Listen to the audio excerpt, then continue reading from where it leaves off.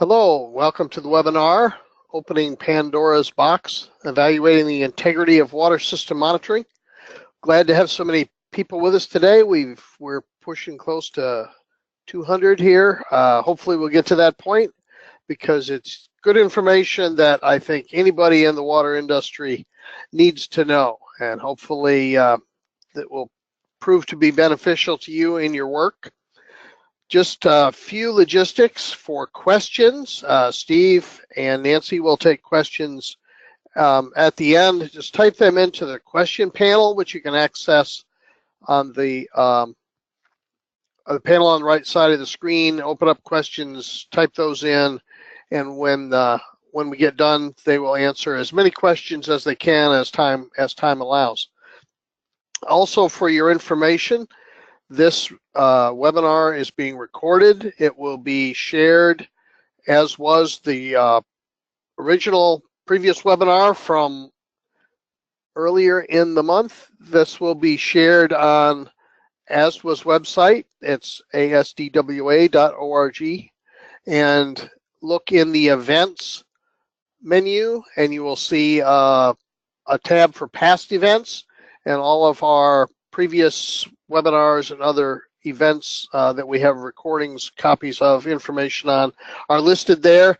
And this one should be there by tomorrow, and the previous one is already there. So you can look at those. If there's things you missed, you can review those. If you want to share that link with other people who you think would benefit from seeing the webinars, they can access them there as well. So I want to thank everybody for participating today. I want to especially thank Nancy Fagan and Steve Deem from the Washington State Department of Health for being our presenters and for sharing all of the good work that they've been doing in this area for the last few years now, since they started on these various what we call data integrity projects. So we appreciate them sharing with us, and I'm going to turn it over to them for the webinar.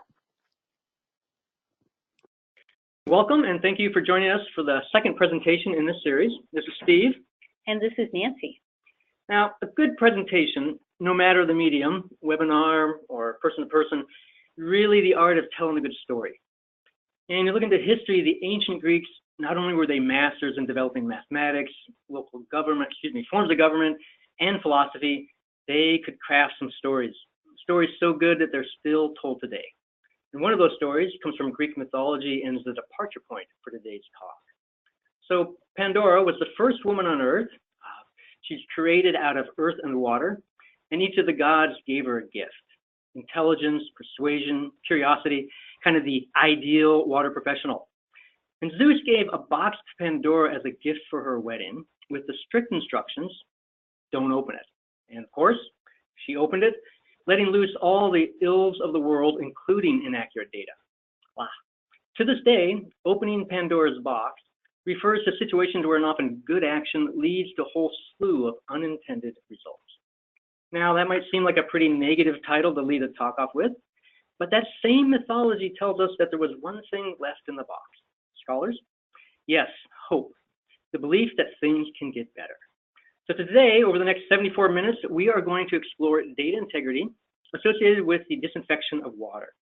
We want to share some background, findings, and conclusions, as well as follow-up and best practices stemming from our Disinfection Data Integrity Project, conducted in 2014 and 2015, and still going on today.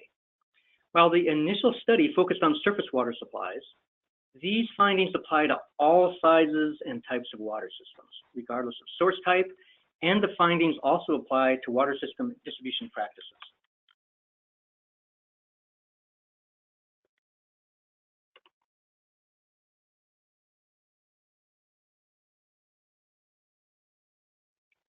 Our drinking water program in Washington is part of the State Health Department.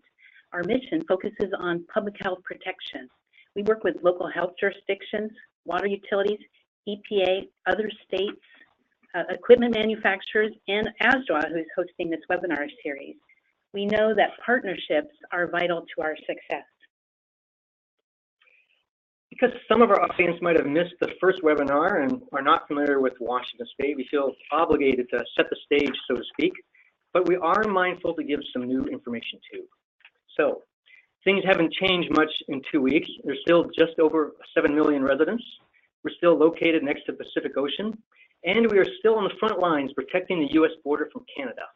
The Cascade Mountains still bisect the state into a marine-influenced west side and a drier east side. And we get some serious rain in parts of the state. The whole rainforest on the Olympic Peninsula gets 12 to 14 feet of rain each year. By the way, we claim that this is the wettest place in the continental US. And on the opposite side of the state, Walla Walla only averages 18 inches of rain a year. So 2 new facts. First, from the superlative side of things, Mount Baker Ski Resort, which is one of the systems included in the study, and where the ski area operates a slow sand filter plant, claims to have had the world's greatest recorded snowfall in one season. In 1998 and 99, 95 feet of snow. And the second new fact is that despite all of this rain and snow, we have one water system that gets all of its water from Canada. Yes, metric water, you can't even get it in gallons. And this came about when Great Britain and the US settled their boundary dispute in 1846. They extended the 49th parallel as the border from the Rocky Mountains to the Strait of Georgia. And the little peninsula of Point Roberts was overlooked. So they hang down and they're connected to the mainland BC. They get all their water from the same sources, both unfiltered and filtered water that Vancouver, BC does. This means that they have 2 sets of regulations applied to their water. So Steve, I just totally messed up the slide progression here. I apologize for that. Great introduction, thank you. Good stories have to be able to rebound to things. Yeah, it's okay. So we participate in the area-wide optimization program, which is a collaboration between EPA, ASDWA, and state drinking water programs. And our goal is to optimize the performance of existing facilities. A key principle in that effort is data-driven decision-making. And so that requires good data. Our work in data integrity was inspired by 3 things. The first was a series of data integrity workshops held in Washington and put on by EPA and our local AWOP group. The second was the work that we did in turbidity data integrity and all of the lessons learned from that. And the third was all of the great work done by other states. And I want to highlight 2 of those. The first one is Arkansas, who has been doing turbidity data integrity since 1999. And their data audits now include pH and chlorine as well. And they've been great about sharing that information. And the other state, which also starts with an A, is Alabama. And they have a great newsletter they put out called Drawing the Graph, which focuses on optimization and often has data integrity involved in that. So this map shows the 3 regions that Drinking Water Program uses to implement field activities in the state. And it also shows the location of surface water treatment plants in our state. And the different colored dots represent different types of surface water treatment. The first study was conducted here in the Lavender area. And somewhere maybe halfway through that study, driving, I think I was the one to vocalize the conclusion both of us had come up with, which was, Nancy, I think we're going to have to do disinfection data. Yes. So we were pretty clear, though, not during the first one.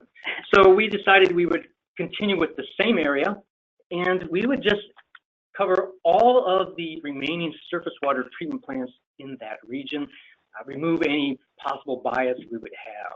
So that results in a very diverse set of systems, all manner of different treatments, from unfiltered, membrane, bags, cartridge, slow sand filters, and different disinfection, including UV and ozone. All of these plants, though, are using free chlorine as a primary disinfection. And a reminder, in Washington State, we only have one water system that uses chloramines for residual disinfection. This range includes size from the smallest conceivable, like a gallon a minute, to large by at least Washington State standards, 180 mgd. We practice the same approach that we did in the first study, which is we think we know something, but let's go out, and then as we go, we find we learn more things and adapt our study. With disinfection, one key difference between before the other study is that we would do a review of contact time requirements for water systems, and this would be really represents a concurrence between the water system and the state. And we would go with an operator interview, looking at SOPs, maintenance, reporting practices, and we brought our own portable testing equipment, pH, temperature, and chlorine residual. So we can talk about data integrity. You need to broach the subject of accuracy and precision. Accuracy is the closeness of a measured value to a standard or known value. So for instance, if you're measuring 5 kilograms on a 10 kilogram weight, you are not accurate. If you can measure 5 kilograms 3 times in a row, you're precise, but you're still not accurate. Really, accuracy and precision are independent of each other. Now, a good story in America, you really have to have a sports analogy or you get no traction. So really, if we turn to, say, basketball is a good example. Stephen Curry, quite the shooter. He can pop in a shot pretty much anywhere and it goes in. Steve Dean, also quite a basketball player, but when he shoots, don't use my legs, I don't know what it is, hit the front of the rim no matter what. Not accurate, but I'm very precise, I can hit the front of the rim. What you want though is Stephen Curry, which is accurate and precise. So what do we mean by data integrity? Maintaining and ensuring accuracy and consistency of data from sample collection point until the data is used. So consistency is just another word for precision. We're talking here about the entire life cycle of the data. Good water quality data depends on sample location and transport, and also instrument selection, maintenance, and calibration, replaceable parts like tubing and reagents, and also the human factors. And in that, I'm going to include technology, because it's humans that build and program PLCs and SCADA. Humans also choose to maybe not report certain data for a reason, which may or may not be good. So human factor is really important. Why is data integrity important? We use water quality monitoring to evaluate public health protection and determine compliance. And we find data integrity issues even at well-run plants. Disinfection is a key part of the multiple barrier approach. It's all about ensuring safe drinking water for consumers. Our goal is to kill or prevent infectious microbes from replicating, inactivating them, we say. And we're talking usually about viruses, bacteria, and protozoa. Disinfectants work in different ways. Some physically destroy or damage the organism, others disrupt the DNA like UV light. The more powerful the disinfectant, the less time it needs to inactivate the organism. Well, in disinfection monitoring, I think our first finding is that it's much more complex than turbidity. First, there are 3 water quality parameters: pH, temperature, and the actual residual concentration, plus time. And time depends on 3 things: volume and baffling efficiency, which we would say would be your effective volume, and the flow rate. So let's look at one of these. Let's look at pH. There are different ways to measure pH. There are indicators. These are materials designed to change color at different pH values. Usually used to be for a small segment of water, and you'd want to know the pH range. There are colorimeters. This is where a reagent is added to a sample vial, and then you compare the resultant color to a color wheel or a spectral standard to interpolate pH. Once again, these are better if you know the pH range you're operating in. The one that we are going to talk about, and the one that is the best, is the pH meter. And this is a precise method, and unlike the other 2 methods, you can get continuous monitoring with this. This pH was developed by Søren Sørensen in around 1909. He was a Danish biochemist, and he was working actually in charge of the Carlsberg laboratory. And yes, that is the laboratory that supports the Carlsberg brewery. pH is actually critical for good brewing. Sørensen started with a 1 molar concentration of hydrochloric acid, and then he measured a millivolt potential. He then diluted by 10, measured millivolts, diluted by 10, measured millivolts, did this 14 times. And from that, we now have this system where a measurement of pH is the hydrogen ion concentration, and it's the measurement of the relative acidity of an aqueous solution. It's a negative logarithmic function, so pH equals negative log concentration of hydrogen ion. So that means that as the hydrogen ion concentration goes up, the pH value goes down and vice versa. So for each 1 unit decrease in pH, that's a 10-fold increase in acidity. For example, a pH of 6 is 10 times more acidic than a pH of 7. Some common pH, or some things that we think of pHs, is lemon juice, pH around 2 to 3. Pure water, if you could actually make pure water, would be a pH of 7. And bleach, 12 to 13. So that kind of brings up at least a question I've always had, and that is, have you ever wondered what the P in pH stands for? Well, it's derived from potens, which is German for power or exponent, and that stands for the power or potential of hydrogen. Who knew? So this is just a reminder of, excuse me, of why pH is important to chlorine disinfection. So remember that all the systems in our project are using free chlorine. When chlorine is added to water, it forms hypochlorous acid and hypochlorite ion. These are the 2 components of free chlorine. At low pH, hypochlorous acid is the dominant species. At high pH, hypochlorite ion takes over. At a pH of 7 to 8, which is where most of our systems operate, they are roughly in equilibrium. Notice the steep slope of the curve, though, in that area. This means that a small change in pH makes a big change in the ratio of these 2 constituents. When you look at EPA tables for Giardia inactivation, you'll see that hypochlorous acid is 6 times more powerful than hypochlorite ion. So pH is important. Here's another way to look at it. This is an example of a direct filtration plant.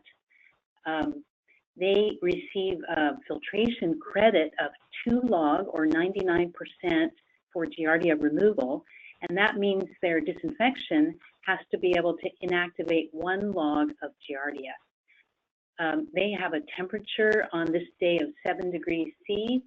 The free chlorine residual leaving their contact basin is 1.1 milligrams per liter, and the pH is 7.6. So if you run those numbers through the EPA tables, you'll find they need 58 minutes of contact time. Now take a look at this graph here. The blue line shows how contact time varies with pH. So you can see that as pH increases, so does the required contact time to get the same level of Giardia inactivation. So let's just suppose that they are off on their pH measurement, and they're actually measuring a half a unit low. Okay, so there's where they're measuring, and now they think they only need 48 minutes. So from that one thing, they've now introduced almost a 20% error in the time that they need. So let's jump in and test our knowledge on pH. According to the standard methods, our present-day oracle, if you will, when should you calibrate a benchtop pH meter? And the answer is yes, once a day. So where would we get that? Answer is really there are analytical methods for pH.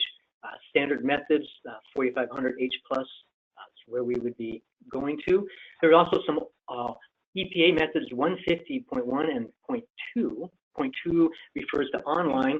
These are old methods, 1982.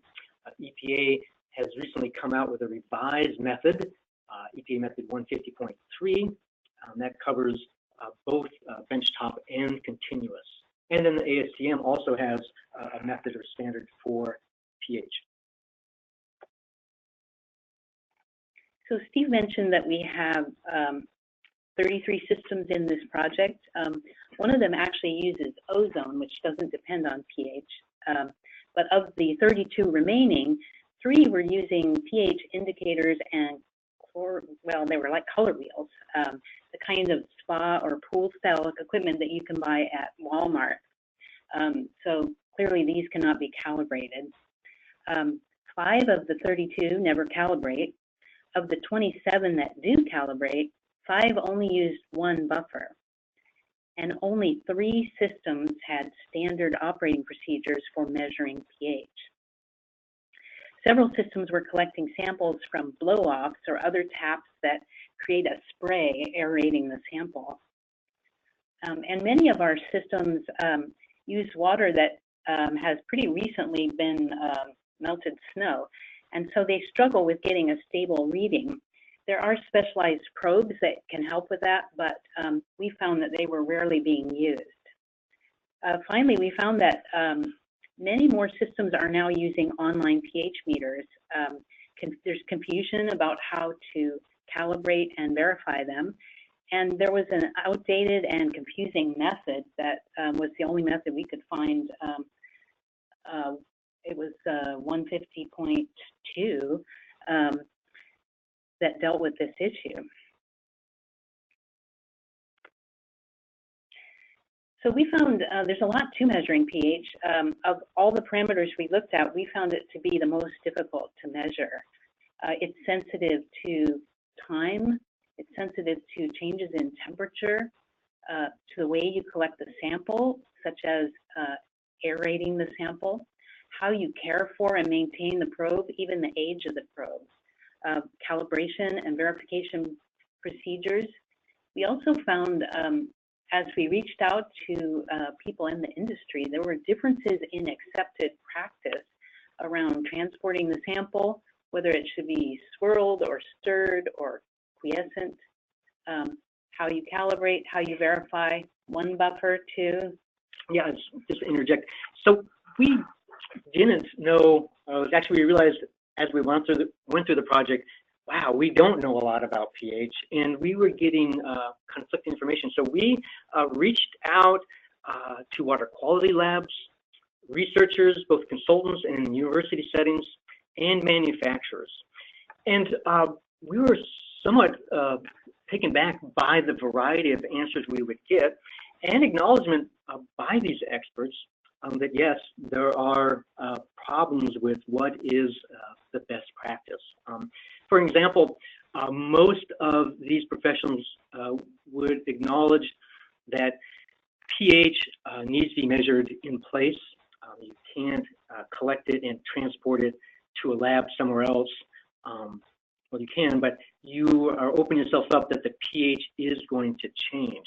Yet despite this, these practices still continue. I spoke with one researcher and acknowledged this problem with pH data that was from a water system. It was collected in a distribution system and then taken back to a lab at the end of the day. This researcher acknowledged that problem, but said, you know, if I don't use this pH data, I won't have any pH data to use.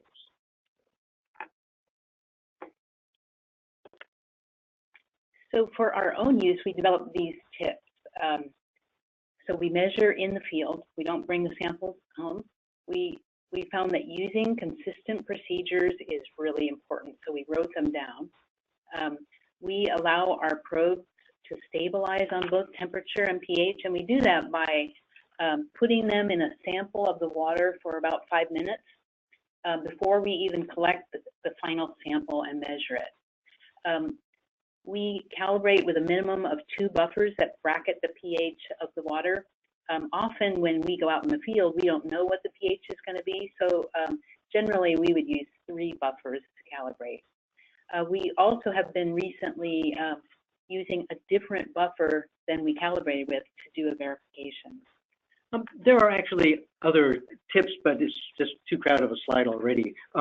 One thing, the probe maintenance and care.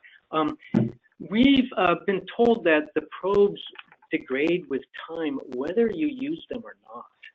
So a practice of, I'm going to buy 2 probes and keep one on my shelf so that when my first one goes bad may actually not be a great practice. And then the buffers themselves, care and maintenance of the buffers. The buffer 10 is much more volatile than buffers 4 and 7, for instance. The issue of online and how to verify and calibrate has been a big deal. So I think one of the best tips we've came across is this setup for online instrument, and it was designed by Shane King at the Cedar Water Treatment Plant in Seattle. He is like a modern day hero in this story, in our mind. And this is the setup that he designed and built. We just think it's the cat's meow. So water is coming down this column here, and it splits over here, and this is the turbidimeter. There's an internal weir here that sets the head for this turbidimeter. And you can see that flow out of here with plenty of space to collect water to read. But back to the pH at hand, water goes this way and then flows through a continuous pH instrument. The big deal with the tough deal with you're going to verify an online instrument is how do you get the same water, exactly the same water, for the benchtop unit? If you collect a sample and put it out in the atmosphere, now it's open to the atmosphere. It's also, temperature is going to be changing. So what he has developed, and we're looking to now to the right, is this tube. Water is continually flowing. It goes up and then out, and this top comes off and perfectly fits a benchtop probe. So the probe is just placed inside that. Let it sit for 5 minutes to come to temperature, because the probe itself, remember, takes on the temperature of the room it's in. And now a verification between these 2 instruments is like for like.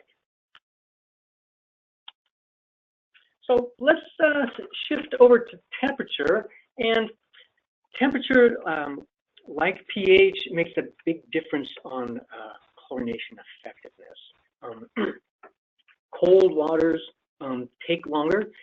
Here in Washington, it's frequently that the lowest inactivation ratios for water systems occur in the winter months, despite lower demands. So in this slide, we have the same direct filtration plant. 1 log giardia inactivation is needed by the chlorine. The temperature is 7 degrees C, chlorine residual 1.1, and the pH is 7.6. And if we follow this line here, and in this case, the colder the water, this way, the more time you need. It's converse of the pH. And at this setting, they need 58 minutes. And in this hypothetical situation, their thermometer is reading 2 degrees off.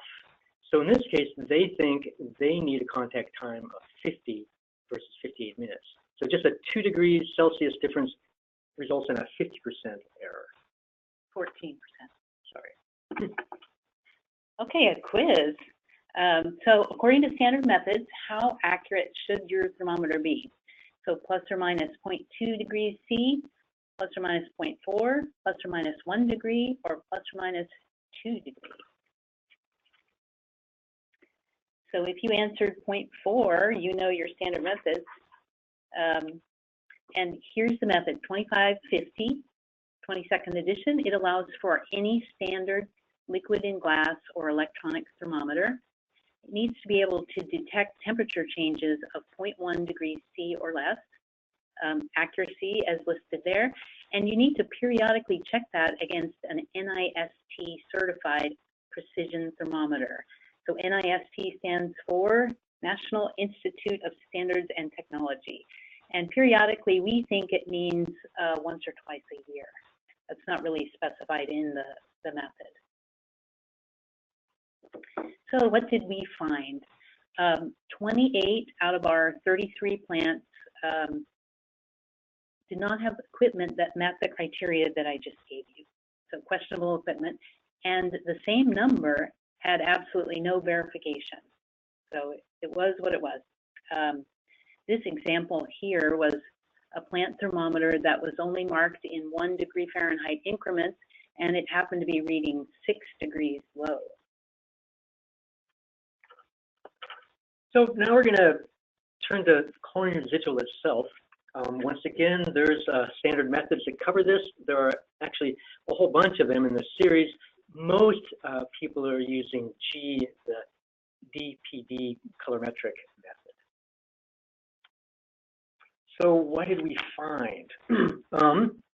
Well, for grab sampling, of the 33 systems, 11 were using unapproved equipment or method. So this could be a swimming pool test kit or a color wheel. These are not allowed for surface water treatment. We don't really think they should be appropriate for any treatment for water quality. Of the 11 that were using an unapproved method, 9 of those 11 had no verification or did no verification to see what their method would do. And then 2 of the 33, just at that time that we were there, were using expired reagents.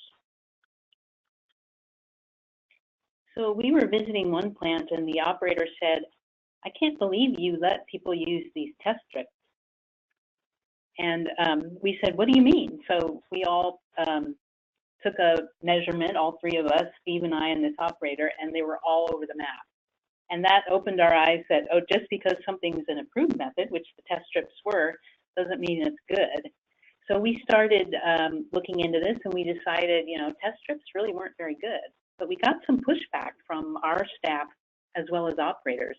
So we decided, oh, go ahead. And for the color wheel especially. The color wheel too. So we decided to do some staff meeting science. So we got some equipment, we got our people together, and we got 3 samples of water. One was a groundwater, one was a surface water, and the third one was bottled water as a control. We wanted to see, well, can you measure chlorine in bottled water? So this is actually, this is from the groundwater sample. And the surface water was similar. So basically the pocket colorimeter reads higher than either of the other 2. And we saw the same pattern on the other sample as well. And we also saw a pretty wide spread on the test strips, had the widest spread. On our other sample, the test strips were actually reading 0. So that was disturbing. And the color wheel spread was even greater on the other sample. So you can see, actually everybody could see looking at this data that that color wheels and test strips just don't give you the quality data that you need. So it was a great example to go through, a great exercise, and Steve's actually done that out in the field. Yeah, so we mimicked this approach with utilities in this, I don't know, debate or the issue of the color wheel's good enough. So one sticks out in my mind, especially, that was a small water system out on an island. I was actually out there looking at some other issue with regarding chlorine residual measuring, but at the time there was some pushback. But they had 3 operators. Actually, these guys, they're good. They know the stuff, and they're like, "Steve, no way. We can't afford this, and it's just as good." So our approach is just measure it and let's compare. So I happen to have a digital, and we measure it, and they had one of the color wheels, and it was great. So I would measure, hide the value, and they would measure. Each of them would look at the same color wheel, right? Not 3 different ones. And okay, then they'd fess up what they read. I of course had to join in because it's totally fun to use a color wheel. You just can't escape it. It's like a lottery thing. So we did that. Right from the get-go, they're mostly bracketing the digital, and 2 usually read high and 1 reads low. I'm not swaying them though yet until the last tap, the 4th tap, when the person who had been low the whole time suddenly is reading high, and the 2 high ones are evenly split. And at that point, and there was a 0.5 spread on these. It's like, all right, we give up, we get it. I think really when you compare them side to side, it shows up. I just thought of one more story on these unapproved methods, Nancy. You with me? Okay. I was doing a groundwater system, in a small system, and they actually had developed, it looks like a new method, a new combo. They had a color wheel, but they were using swimming pool test drops instead of a reagent. It was pretty awesome. I mean, terrible, but it's awesome. And the color wheel increments were 0.2, 0.4, and 0.6. So that's what the manufacturer, at least of the color wheel, thinks about precision. My digital, I got a reading of 0.68, and the operator got a reading of 0.25. And you got to love it, right? So not 0.2 or 0.3 or 0.2, 0.4, but 2-digit accuracy. And I want to circle back to our study, because I think this happens a lot. If you look at these, they don't actually say that they're going to measure accurately to hundreds. But when we write things down, especially on reports, so and anybody who's had a color wheel knows, yeah, it's a little bit darker than 0.2, but not quite as dark as 0.4, so it must be in there. And we write down this second significant digit. So just kind of another reminder of the problems with some of these methods. Yes. So the Irish are also kind of the standard of great storytellers, right? Lyrical, masters of the understatement, if you will. They refer to the whole Belfast, Northern Ireland struggles as the Troubles. And we have our own troubles. Troubles with measuring chlorine residual grab samples.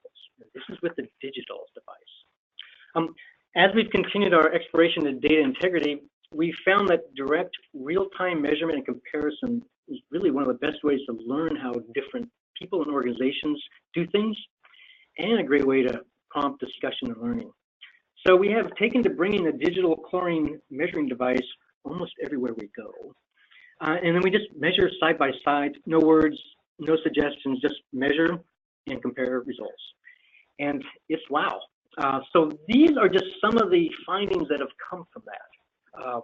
Wrong vial. With the digital device we have, there is a vial for low range, and there is a different vial for high range.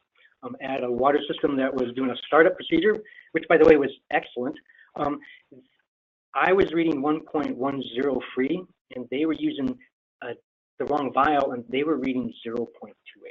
So pretty significant difference. Cap off. We didn't actually know about this until a couple months ago. It first came up when I was doing a survey of a water treatment plant and wanted to compare their online, which we're going to talk about in just a minute, using a benchtop. The online was reading 0.47, and my reading was 0.46. The system had a 0.30. They had the same instrument that I do. And just looking at it, one of the issues is that they didn't put the cap on when they zeroed or measured. Yeah, we've actually found that in more than one place, not putting the cap on. So I think, you know, you're measuring light and the inside of the cap is white and the inside of the instrument is black. That's got to make a difference. Low and high range setting, you have to put it on low or high. I've done this, and man, that's pretty embarrassing, saying the wrong number because you have the wrong setting. Time, both too soon and too long for the analysis. A free residual with this device, 30-second read. If you're doing total, you're supposed to wait at least 3 minutes. So that can make a pretty significant difference. I have one operator who is, he's top of the line, and we're getting the difference. So when we looked closer, he's so busy, he's screaming through his rounds that he puts in the reagent, shakes it, and reads it. And that lack of a 20 to 30-second difference was actually a noticeable difference between us. Different issue here than the time associated with where you collect your sample. So if you're grabbing your sample and transporting it 2 hours later to a lab, that's a different issue. This timing that we're talking about here is timing with the reagent reaction. So the method says it has to be within 1 minute, within 60 seconds. We try and always do ours the same way. So we swirl it for, I think it's 20 seconds is our SOP. Wet vial. So it's rainy outside here. People need to do work in the field. but these are an electronic device. So just having it wet can create quite quite a difference. Yeah, we actually found water inside someone's instrument. We turned it over and water poured out. So I think it was a particularly rainy day, but this week we were indoors now. So, and we were down there visiting because of this issue. Once we got the instrument dried out, which was an hour or so, but it did actually then come to concurrence. Condensation, another issue. This is different than wet in that cold temperature, so cold sample in a warmer room, you get condensation on the outside of the glass.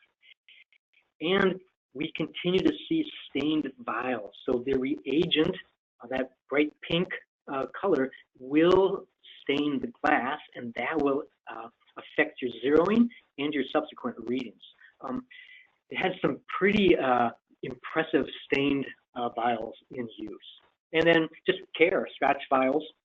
And then another thing that came up in a different study, disinfection byproduct formation study on an island, no free chlorine. They had something like 8 milligrams per liter total. So just the other things at play in reading the gram sample.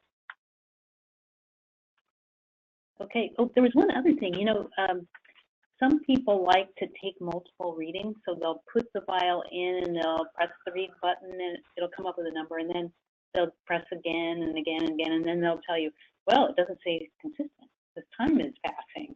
So that's another kind of common mistake. Yeah. And just as a clarification, when we were talking about the cap, we're talking about the little screw-on cap on the selection or on the sample vial, not the light shield that goes over the whole instrument. Yeah. Thanks. So we've noticed a trend towards using more online analyzers for compliance. It used to be our utilities just use grab sampling.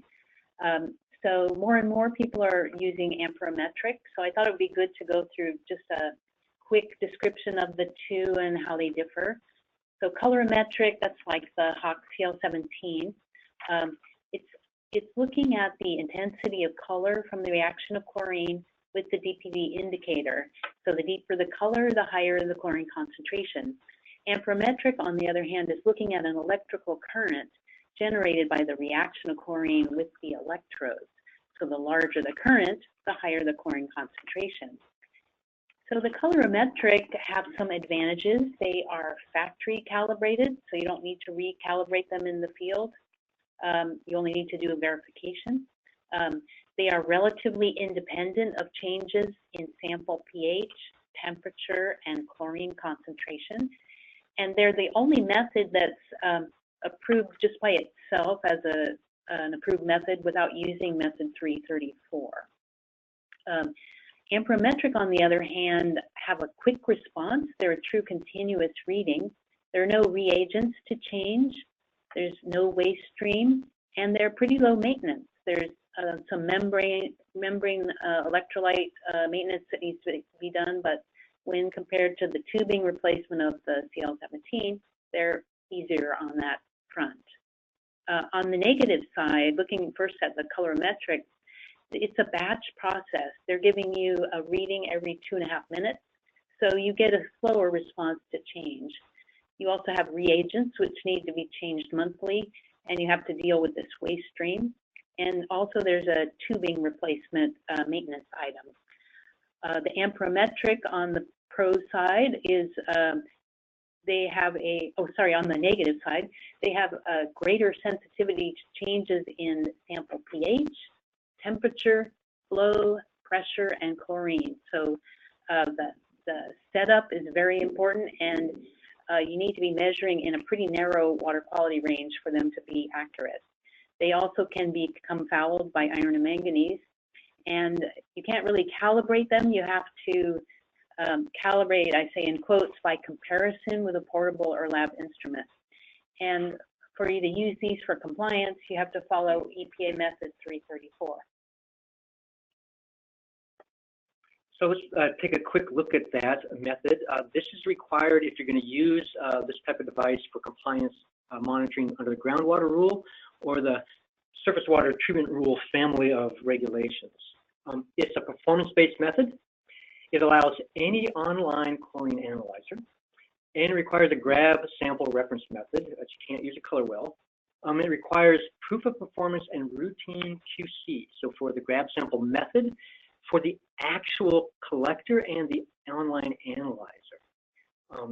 A big part of this is the initial demonstration of capability, where you're going to verify the accuracy and precision of a grab sample method, the actual person, so this is person specific, and the online analyzer itself. This is a simplified description. The entire method is 22 pages. So what did we find with continuous online analyzers? 15 of these 33 systems were using the online device for compliance monitoring. And of that 15, 11 of them were using the CL17. Within that subgroup of 11, 6 of them were not following the maintenance or had the setup wrong. And they were not, of the whole 15, 11, most of them were not verifying every 5 days with a grab sample as required. In fact, 2 of the 15 never verified the online instrument with a benchtop reading. And then for the CL17, again, there was an inadequate sample flow. And one site visit in particular illustrates the importance of routine verification and operating at a correct sample flow rate. At the time when we arrived, the online device was reading 0.54 milligrams per liter free, and our grab sample read 0.81. When we measured the flow on the online device, it was flowing at 50 mils a minute, so that's low. We adjusted it up to 300 mils per minute, and within 2 cycles, the reading on the online instrument came up to 0.83, very close to our grab sample. Yeah, it was on the next read. Yeah, it was amazing. So looks like our slide advancing isn't working here. Try that again. Anyway, so we had a third of our systems using the CL17. So we spent some time getting to know that instrument and trying to learn about it. As I mentioned, it's colorimetric. It's measuring intensity of light, and it operates in a batch mode. It has a 2-step process. There's a 0 and a read, just like you do with a handheld, and it reads in a range of 0 to 5 milligrams per liter. There are 4 signal averaging options that you should be aware of. Number 1 is just, it gives you the straight reading, whatever the last reading was. Number 2 is the average of the last 2. Option 3 is the average of the last 3. And option 4 is the highest of the last 2 readings. And that's actually, when I first heard about that, I thought, well, that's bad, but it's actually good, especially if you're using this to control a feed pump. Because sometimes you'll get a momentary blip in one of the readings, but by taking the highest of the last 2, then you don't have a blip in your chlorine feed pump, and you don't have a false alarm caused by that.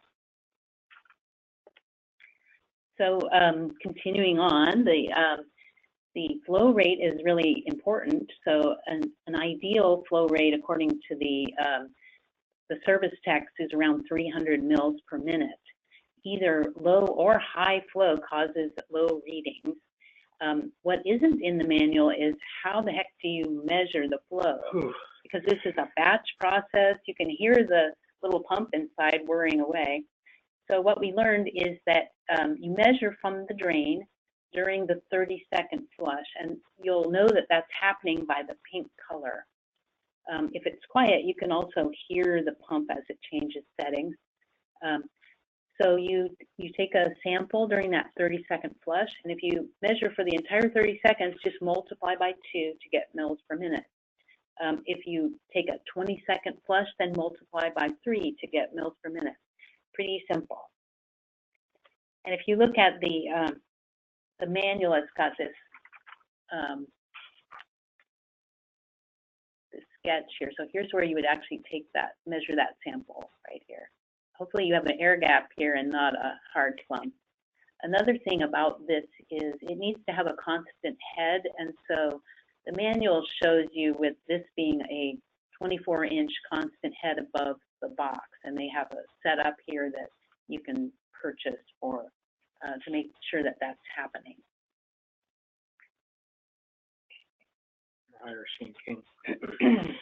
So don't forget maintenance. This is what a tubing looks like on a 4-year change out. It's completely black. On the right is from Crystal Mountain Ski Resort, what they have posted next to their free chlorine residual analyzers, and it's perfect, right? Replenish reagents, and they reference the page and section. Cell clean monthly. Replace the tubing every 6 months, and the best part is they document with a date. So tubing replaced April 12th, 2015. This is like an example. We think post-maintenance tasks and instructions on the instrument or at the instrument is a great tip. So another quiz, just like all the others, this is a case where you want to check with your state. We're trying to give you either the Washington version or the federal version, but definitely check with your state. So how often should you verify your online chlorine analyzer to a benchtop chlorine test unit? Is it daily, twice a week, every 5 days, monthly, or never? And I think we probably found all of those possibilities out in the field. So the CFR says every 5 days. We think twice a week actually makes more sense, because why would you want to verify on a different day every week? I don't know. But some people want to really do a top-notch job, and so they'll do it every day. Let's move to time, really in peak hourly flow. So we found quite a variety of the way people derive their peak hourly flow. 14 out of 33 measure it directly. They measure the water leaving the clear well or storage tank, and they track it. The next subset was 7 of 33, and they use daily water treatment plant production with some type of peaking factor. So the peaking factor is calculated or assumed, but it's based on plant production. And then the next 3 bullets are really different assumptions. So this peaking hourly flow is estimated from historical meter readings, and that's just what they use all the time. Some used constant engineering calculations. That might be if you did a unit fixture method and came up with here's what we think of peak hour flow. And there was a small subset, didn't really have any idea, and we weren't really able to shed a lot of light on in our file review. So 12 of 33 are using assumed values. So accuracy here is quite suspect. Of the 33 plants, 28 of them were doing no routine water treatment plant or peak hourly flow meter verification. Well, that seems problematic. So tip really, direct measurement of peak hourly flow with a calibrated flow meter is clearly the best, and it's clearly where we're trying to move our state. Looking at contact volume, so this would be the contact chambers, could be a clear well, could be dedicated piping, could be storage tanks. 18 of the 33 systems had never verified the dimensions that were used in the calculations that both the water system and the state have agreed to. Mentioned before that we would adapt or change as we learn things. So at some point we started where we could measuring these contact chambers, storage tanks, where we could in the field. And of the 11 we measured, 5 of them did not match the calculations. Continuing on, 27 systems use storage tanks or clear wells for CT, for contact time.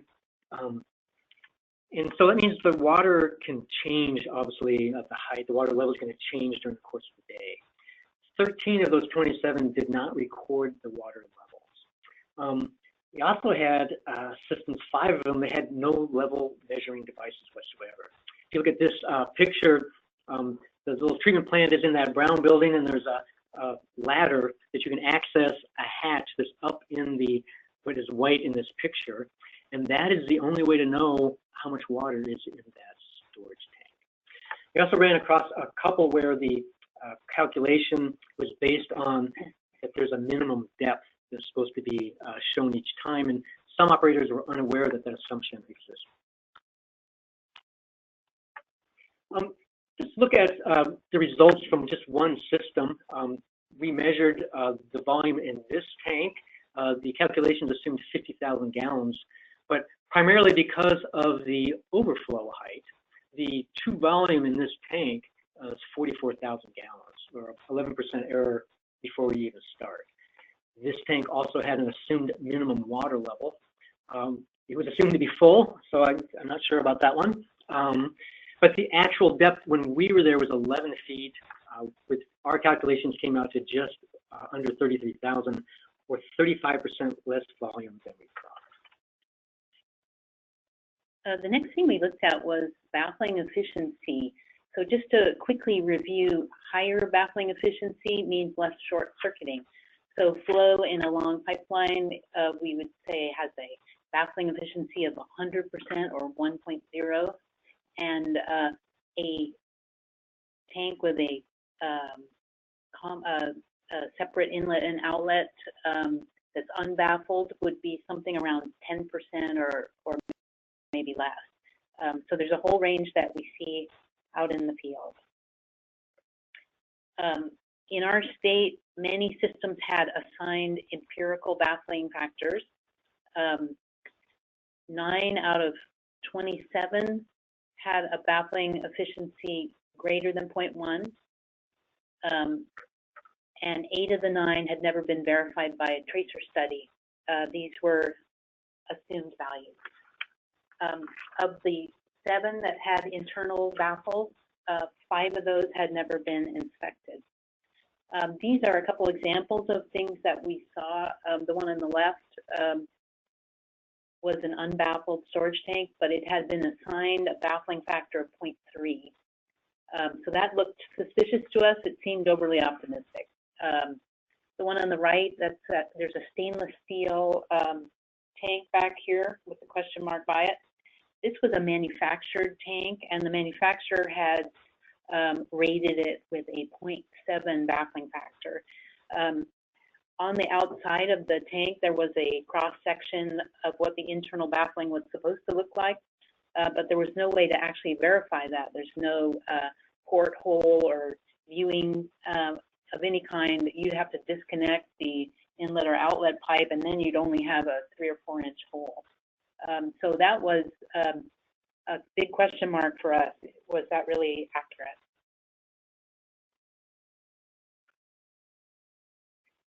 Other findings on the measurement of pH and temperature, 12 out of the 33 systems were measuring this in the wrong location. And for chlorine residual, 3 systems out of the 32 that were using chlorine were measuring at the wrong location. And so I have a couple examples. These are real life examples. The first one on the upper right here, this is a baffled, let's see, where's my, there we go.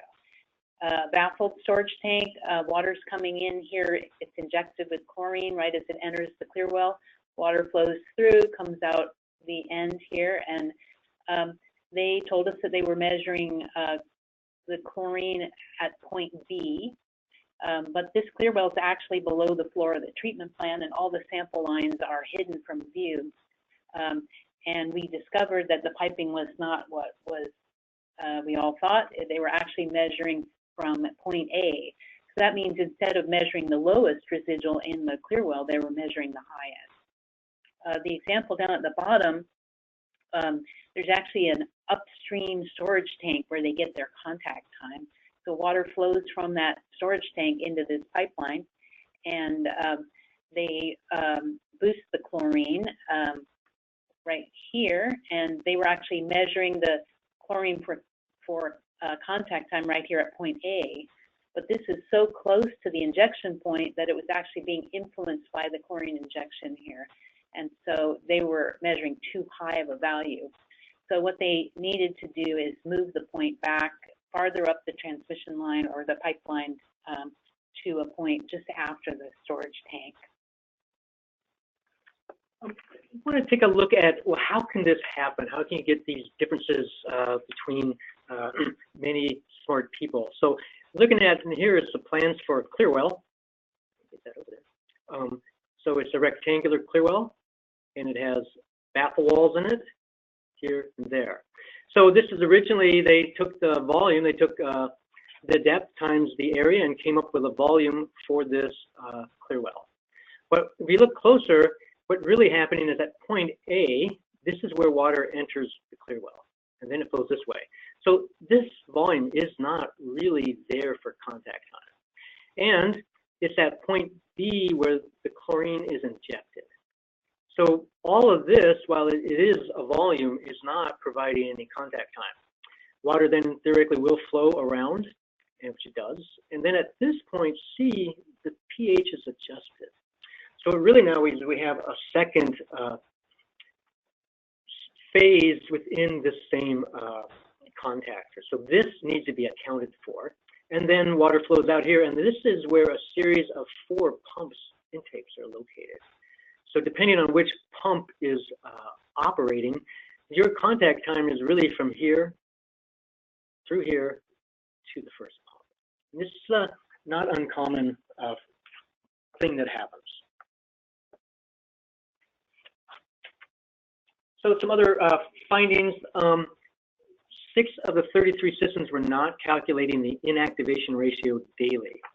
What they tend to do is collect data through the whole month, and then before sending the report to the state, they'd sit down and find out what the inactivation ratio was for the 30 or 31 days in the month. This is, of course, problematic. It's if for some reason something went amiss and you didn't meet the inactivation ratio, it's too late to do anything about it now. And then a finding that we think explains a lot of things, and consistent with the first findings, no standard operating procedures or SOPs in 30 of the 33 systems for the primary components of disinfection data. So let's just quickly review what we mean by standard operating procedures. So it's a tool to ensure that everyone at the utility does things the right way every time they do it. And so they need to be written down, up to date, consistent with industry best practices, and also aligned with regulatory requirements. You need to have buy-in, so it's important to involve your team in the development of standard operating procedures. They can be as simple as you want, where you're just trying to get the correct way to operate an instrument or collect a sample. Make sure it works. You have someone read it. If you have a new employee, it's the best. Always learning something on that. A revision date on each SOP is critical, and review periodically. And I have to say, this project is great at keeping at least me humble all the time. This is a laminated card. The one below, this is an SOP that we have in our field test kits for our pocket colorimeter. The reverse of that is for high range. And as we thought, oh, let's put this in this presentation, we noticed that we are saying on number 7 there, swirl it, don't shake it. So we revised it last Thursday, and that's what you see on top. Back on the review periodically, this is no small task. As obviously we know, because we just caught it. We are at one treatment plant, and they have 300 written SOPs. And wow, good for them. They have a goal of reviewing 1 to 2 SOPs every month. But at that frequency, it would take them 12 years to get through that. So you do have to select them. If you make a change to anything, that's an SOP that needs to be updated. And then critical alarms or activities probably need to be looked at more often than once every 12 years. And a great thing you can do if you have new employees that you're training is to have them go through the SOPs as they doing their training and make sure they're up to date. So let's summarize.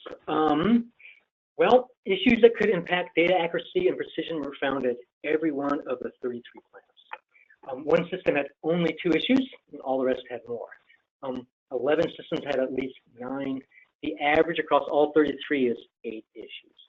So I think our conclusion here is we can do better as an industry.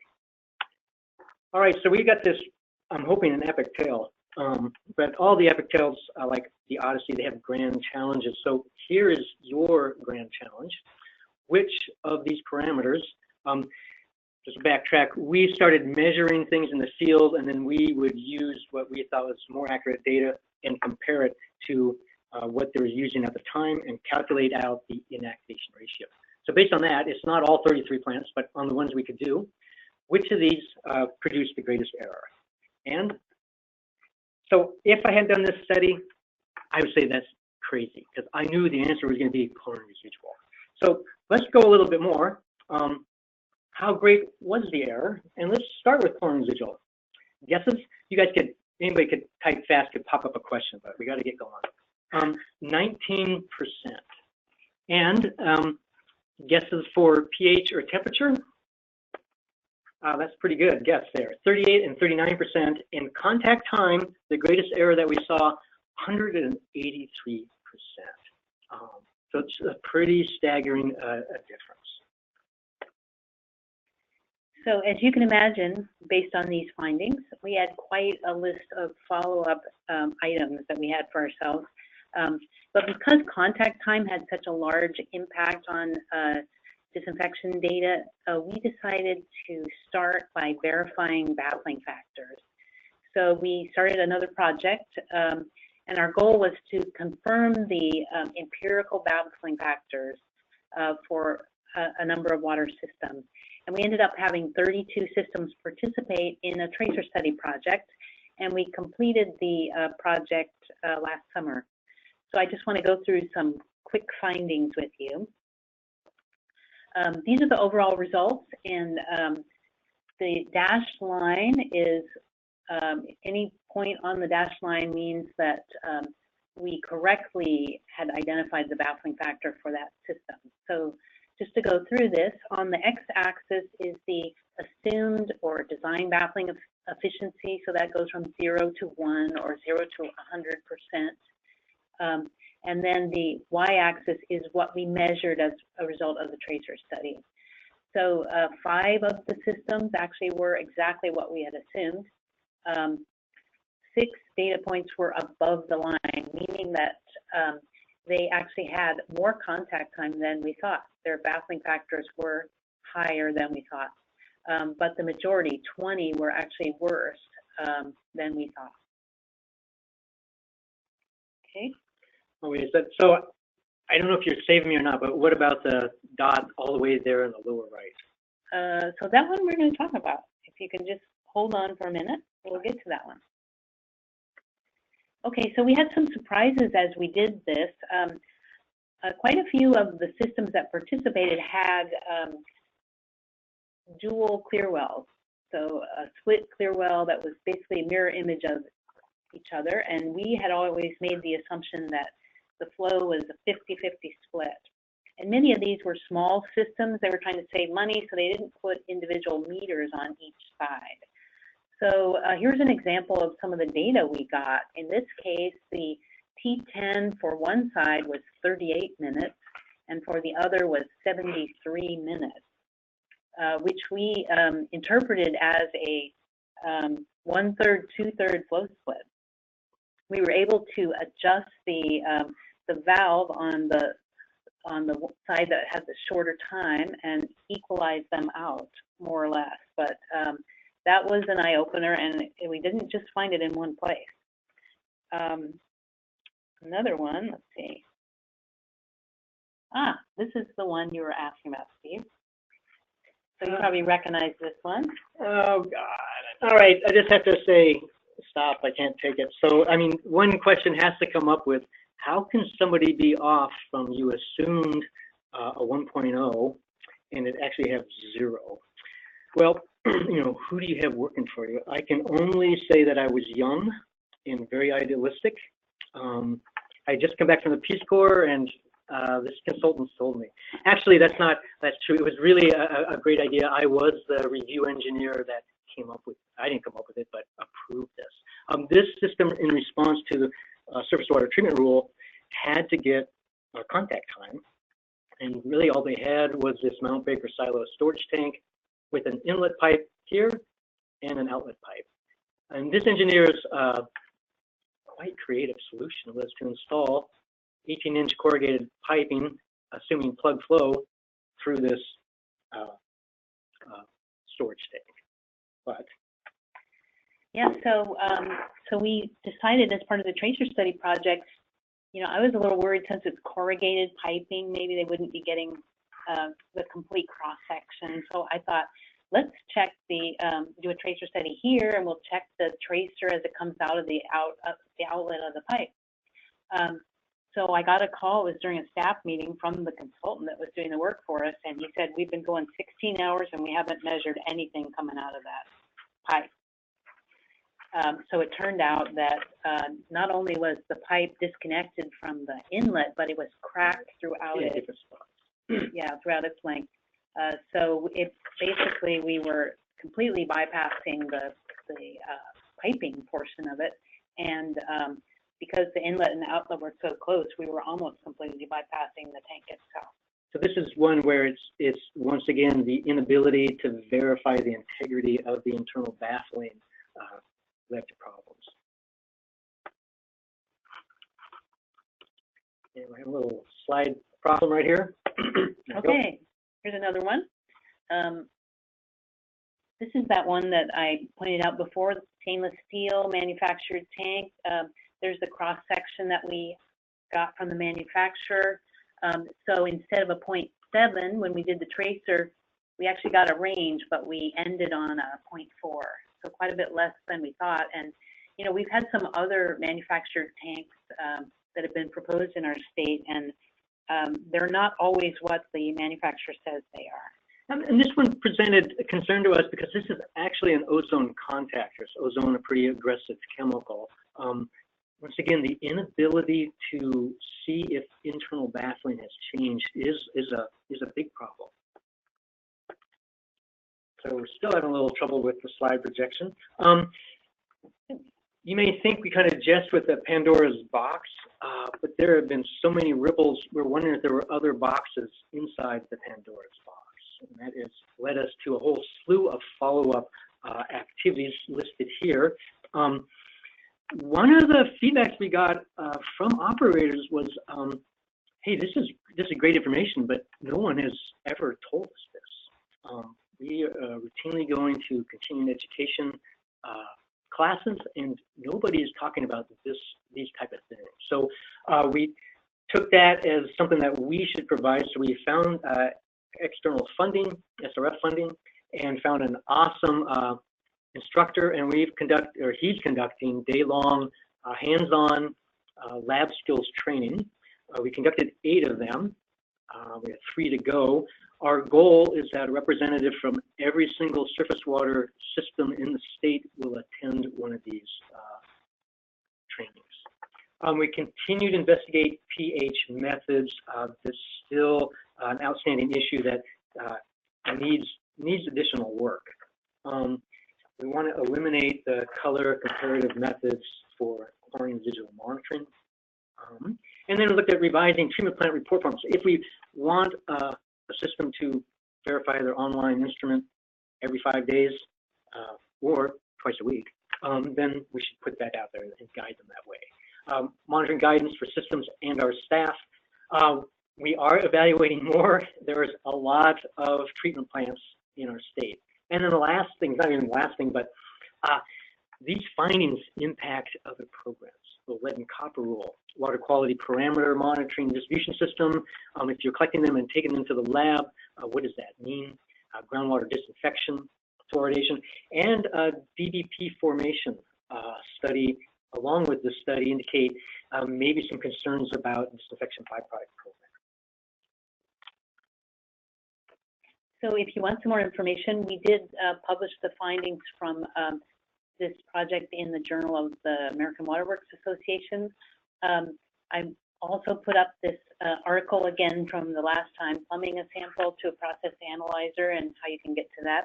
Another one I thought of that should be here is the Colorado has a baffling factor guidance manual that we found really helpful. They talk about when is plug flow not, so what kind of conditions limit that. So anybody else, if you have some references you think people would be interested in, please use the question pane and put those up there. So once again, the people we deal with are awesome, and we can't say enough positive about it. So what is data integrity? It's maintaining and ensuring accuracy and consistency of the data from sample collection all the way till you use it.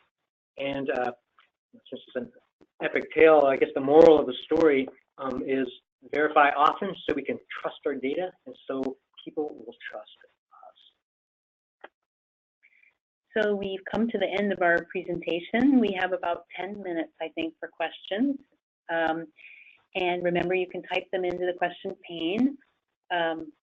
So I have a question for Steve. I'm going to get it right in there. And the question is, so Steve, why not just be conservative? Add a safety factor to everything, and then we'll be good.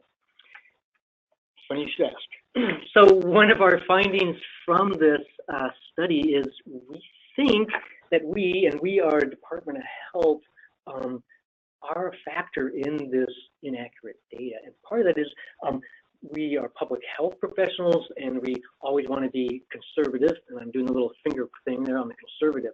So we have, I think, too readily gone to let's be conservative as opposed to let's know exactly what we've got.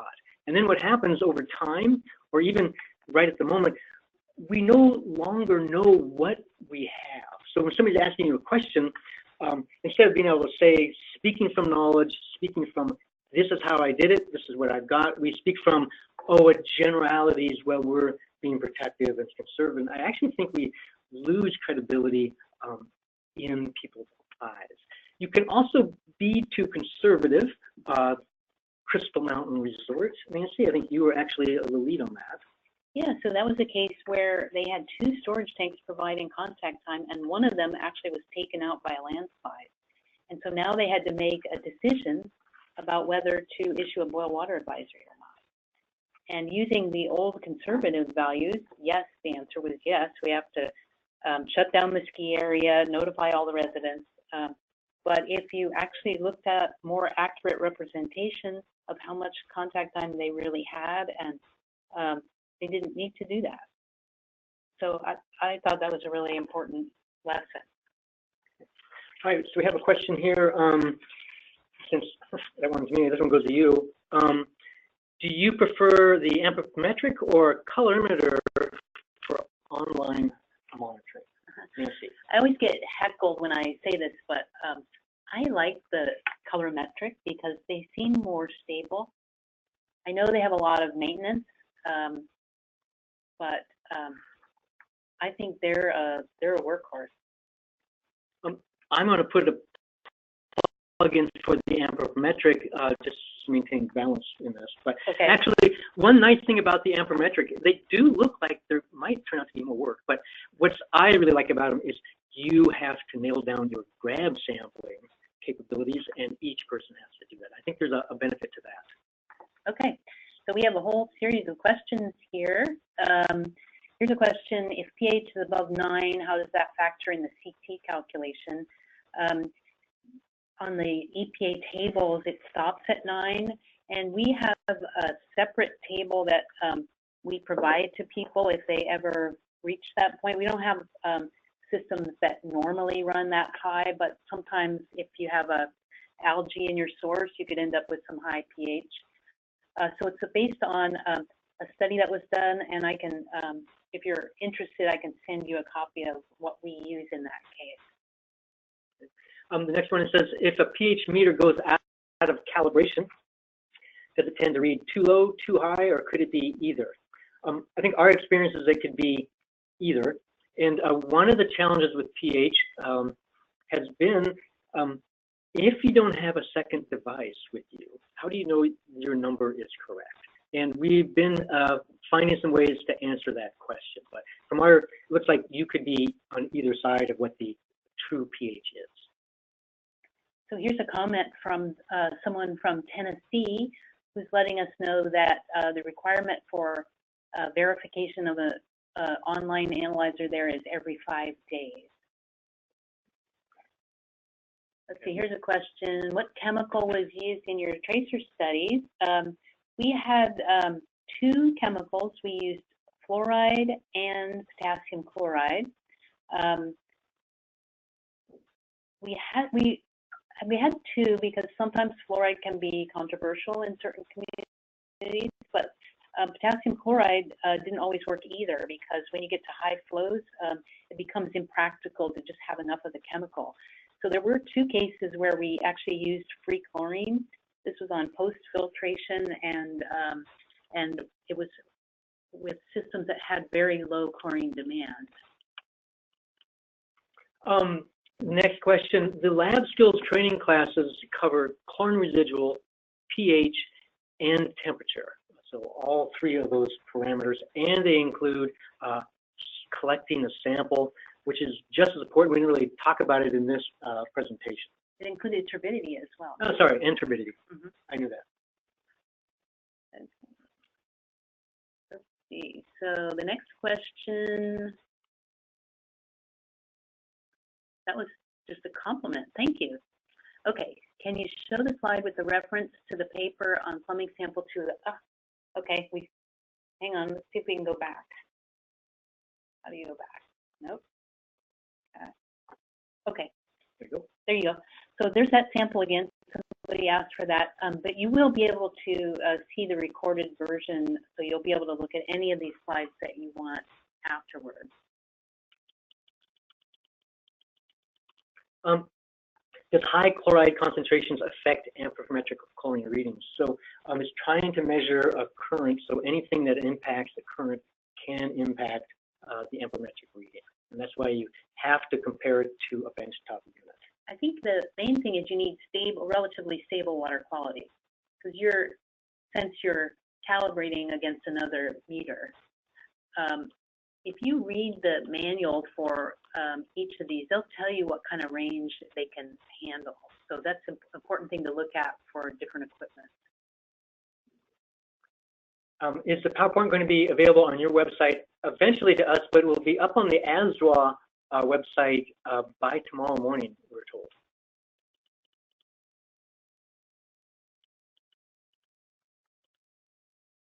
Okay, here's a question about field alkalinity test kits. This is not something we included in this particular work. I know it's out there, and I know there are actually several different types of field test kits, so all are not created equal in terms of their resolution. So it's actually on our to-do list. We just purchased 2 different kits, so we could actually start doing some comparison. Mm-hmm. Here's another question. Can you provide example field question forms used for our site visits?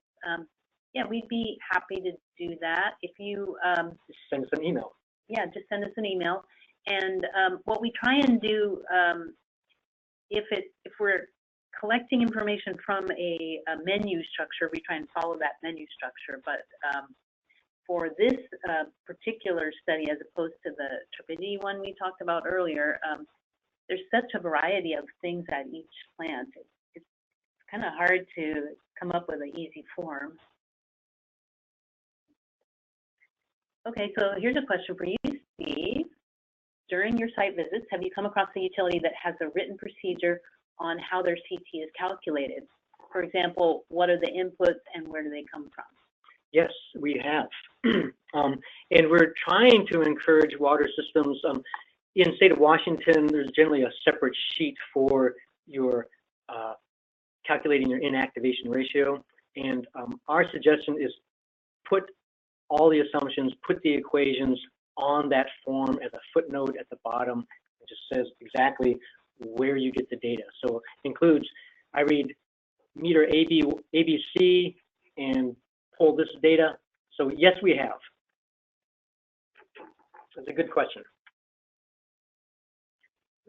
Okay, so the next one is, let's see, do you have any guidance on where peak hourly flow should be measured? So this kind of depends on the specifics of the system. If it's a pipeline, we hope that you can measure the flow anywhere along the pipeline and it will be representative.